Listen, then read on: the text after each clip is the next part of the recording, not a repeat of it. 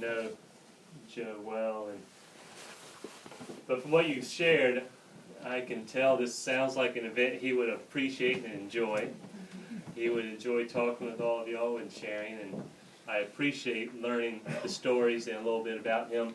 And there will be time for refreshments and to continue the stories and continue sharing and talking. But we want to finish with his daughter. One last thing. One last thing. I'll be brief. No, just so I thought about writing this on a legal pad with the script right there, but I did put the notes on my phone. So I'm not actually texting people. My notes are on my phone. So as I draw it up, I'll just, get to my inner, closing argument brain on. And I actually did get to see him a couple times do his closing argument, and it was very theatrical and wonderful. So, all right, so my mom and I thought to end the memorial before you all eat and drink and catch up. It would be nice to end with a quote from a marathon runner.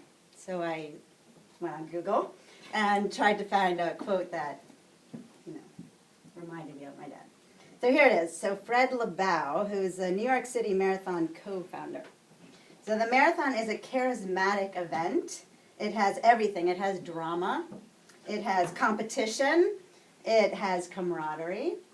And it has heroism. Every jogger can't dream of being an Olympic champion, but he can dream of finishing a marathon.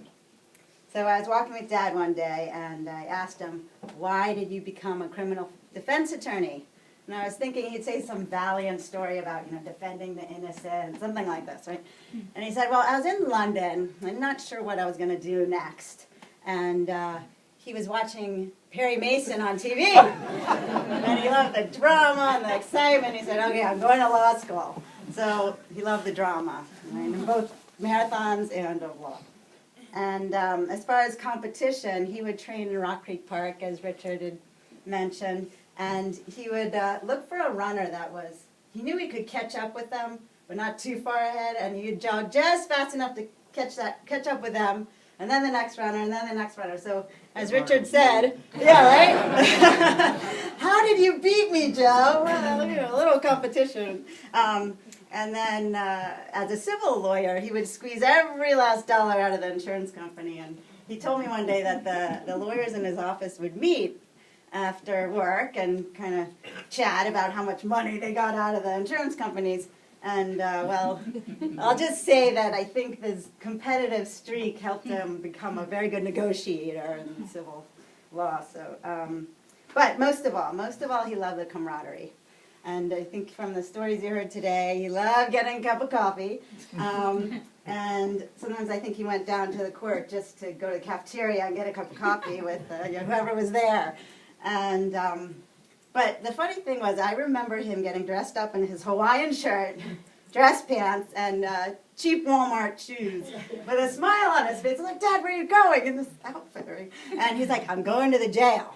And I'm thinking, what do his clients think of this outfit that he shows up in?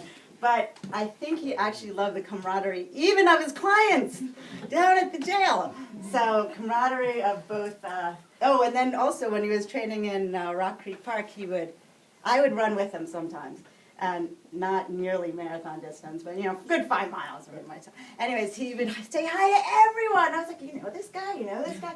And even when he was in the sunroom in the last couple of weeks, some guy came to the house, knocked on the door. I was like, who's this guy? He's like, oh, he plants trees across the street. So he sees it. There he is! Thank you! So he just knew everyone. Even in Rock Creek Park, he had stories about everyone. So the camaraderie of running and law and the neighborhood, right? All right, so we're ready. So last was the heroism, right? So I think you all saw a little hero in my dad, whatever stories you may have about him, and whether he was a mentor to the younger lawyers or as a trial attorney or as my dad. He definitely will always be my hero. So my dad completed, as you know, many marathons. As Richard said, he went to New York City 3 times, and he did Marine Corps many times. He qualified for Boston, completed Boston. He went to Melbourne and to Moscow and to, I missed one, Melbourne, was it? Montreal, yeah. So anyways, I traveled the world doing marathons, but he also, and Bermuda, that was one I was thinking of, yeah. So, the pizza, right, he ate pizza. Can't forget that one. So, yeah. So, but, where was I? Oh yeah, so he completed, the other marathons that he completed was, we did a road trip to California and back, family marathon, that was indeed a marathon. And then some of the trials, like the one Ken mentioned, long marathons. But his final marathon in this physical body was his fight against cancer. And I must say he finished successfully every marathon with the utmost endurance, will, and joy, to be honest. You'll see in some of these running photos, he just physically went through so much pain running 26 miles, and yet he had a smile on his face, his fist in the air.